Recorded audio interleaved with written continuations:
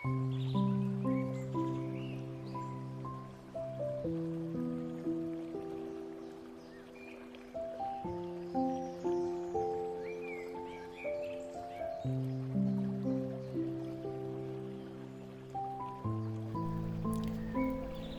nome do Pai, do Filho e do Espírito Santo. Amém. Evangelho do Senhor, palavra que liberta. Hoje, dia 29 de outubro de 2024, terça-feira, aonde nós estamos vivendo a 30ª semana do tempo comum. O Evangelho do Senhor de hoje está lá em São Lucas, capítulo 13, versículo de 18 a 21. O Senhor esteja conosco, Ele está no meio de nós. Proclamação do Evangelho de Jesus Cristo, segundo Lucas. Glória a vós, Senhor. Naquele tempo, Jesus dizia: a quem é semelhante o reino de Deus? E com quem poderei compará-lo? É como um grão de mostarda que alguém pegou e semeou no seu jardim. Cresceu, tornou-se um arbusto, e os pássaros dos céus foram fazer ninhos nos seus ramos. Jesus disse ainda: com que mais poderei comparar o reino de Deus? É como o fermento que uma mulher pegou e escondeu em 3 porções de farinha, até tudo ficar fermentado. Palavra da salvação. Glória a vós, Senhor. Irmãos, o Evangelho do Senhor de hoje vai falar dessas 2 parábolas. O Senhor vai falar dessas parábolas para mim, para você, para nós aprendermos com estas parábolas. Vai falar da comparação do reino de Deus. Vejamos bem, hoje, os textos da liturgia, mediante destas 2 parábolas, põem diante de nossos olhos uma das características próprias do reino de Deus. É algo que cresce lentamente, como um grão de mostarda, mas que chega a ser grande ao ponto de oferecer refúgio às aves do céu. Assim, o manifestava Tertuliano: somos de ontem e enchemos tudo. Com essa parábola, nosso Senhor exorta a paciência, a fortaleza e a esperança. Essas virtudes são particularmente necessárias àqueles que se dedicam à propagação do reino de Deus. É necessário saber esperar a que a semente plantada com a graça de Deus e com a cooperação humana, e assim vai crescendo, aprofundando suas raízes na boa terra, elevando-se um pouco a pouco até converter-se em árvore. Faz falta, em primeiro lugar, ter fé na virtualidade, fecundidade contida na semente do reino de Deus. Essa semente é a palavra. Sim, meus irmãos, Esta semente é a palavra de Deus e é também a Eucaristia, que é semeada em nós mediante a comunhão. Nosso Senhor Jesus Cristo se comparou a si mesmo como: verdade, em verdade vos digo, se um grão de trigo caído na terra não morre, fica só. Se morrer, produz muitos frutos. Então, assim, meus queridos irmãos, essa é a certeza que nós temos, que aquela semente só dará frutos se eu, se você, se cada um de nós morrermos para nós e para o próprio mundo. Olha, o Senhor fala-nos muitas vezes no Evangelho do Reino dos Céus. Isto é o reino de Deus na terra em cada um de nós.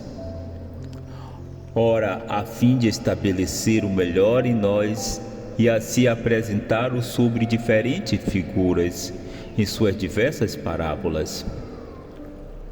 Irmãos, o Evangelho que o Senhor nos traz hoje, sim, Ele vai falar desse grão de mostarda, que é uma semente pequenina e mais pequena de todas as sementes. Assim diz o Senhor. O que devemos entender-se, não de maneira absoluta, mas segundo a sua locução proverbial usada entre os judeus. Então essa pequena semente, uma vez lançada à terra, germina, cresce e se torna-se maior de todas as hortaliças. A mostardeira atinge por 3 vezes na Palestina 2 metros de altura. Deita braços e assemelha-se a uma árvore, de tal modo que as aves dos céus vêm habitar em seus ramos. Meus irmãos, alguns santos padres dão-nos vários sentidos. A primeira significação: este grão de mostarda é a pregação evangélica. Desde o princípio, com o efeito, ela foi como uma semente muito pequena, como um grão de mostarda lançada por nosso Senhor e pelos apóstolos, na Judéia primeiro e depois em toda a terra, no meio de contradições e perseguições. Meus queridos, mas este grão de mostarda germinou, cresceu e fez-se árvore enorme, e as aves do céu, isto é, as almas fiéis e generosas, vêm pousar em multidão, às vésperas de voarem para o céu. Então, felizes aqueles são chamados em continuação dos apóstolos a semear este grão de mostarda em novas terras e estender assim cada vez mais o reino de Deus. Então, assim, meus queridos irmãos, queremos aqui falar da segunda significação. Este grão de mostarda é a Igreja de Cristo. Sim, quando foi pequena e humilde nos seus começos, quer quanto o número, quer quanta a quantidade das pessoas que a compunham. Vendo-a em Jerusalém, mais tarde em Roma, nos primeiros anos que se seguiram à ascensão do Senhor, era tão pequena e tão pobre, que até antes devia diminuir que crescer. Tudo parecia condená-la ao desaparecimento. O escândalo da cruz, a severidade de sua moral, as heresias nascentes, as terríveis perseguições que assaltaram durante muitos séculos, devastando pastores e ovelhas. Olha, mas ó maravilha, o pequenino grão de mostarda, já figurado no sonho de Nabucodonosor, pela pequenina pedra, despedaçando-se da montanha e mostrando a Elias sobre o emblema da pequena nuvem que pouco a pouco se avoluma no horizonte. Então assim, desenvolve-se admiradamente dos séculos para século e transforma-se numa grande árvore que estende em seus ramos até aos confins da terra e cobre o mundo inteiro com a sua benevolência sombra. Então os príncipes e povos, os sábios e ignorantes, os ricos e os pobres, os grandes e os pequenos, acham nela o seu repouso e alimento, a luz e as forças necessárias, meus irmãos, para chegarem ao céu. Olha que belíssima, irmãos, eu venho aqui solicitar a sua ajuda. Vamos dar uma pausa na reflexão. Venho pedir a sua ajuda com seu like, para que este canal possa indo crescendo cada vez mais. Eu preciso do seu like, eu preciso do seu comentário. Este canal precisa que você possa compartilhar com seus amigos, vizinhos, conhecidos, familiares, e pedindo a eles também para que eles possam compartilhar e se inscreverem, e também ativarem o sininho das notificações, aonde este canal vai alcançar muitos e mais pessoas, muitos e muitos corações. Então por isso aqui eu estendo as minhas mãos para você, para te suplicar que você possa nos ajudar na evangelização deste canal, que esse canal possa chegar aos confins da terra, o reino de Deus possa chegar até os confins da terra. E eu preciso que você se alie a este canal. Quando você compartilha, quando você deixa o seu like, quando você, meu irmão e minha irmã, se inscreve, você está ajudando este canal a crescer. E aqui vamos entrar na segunda parábola. Sim, a parábola do fermento. Vejamos bem, irmão. Digamos primeiro, o que deve entender-se por fermento? Literalmente, o segundo e o sentido do nosso texto, o fermento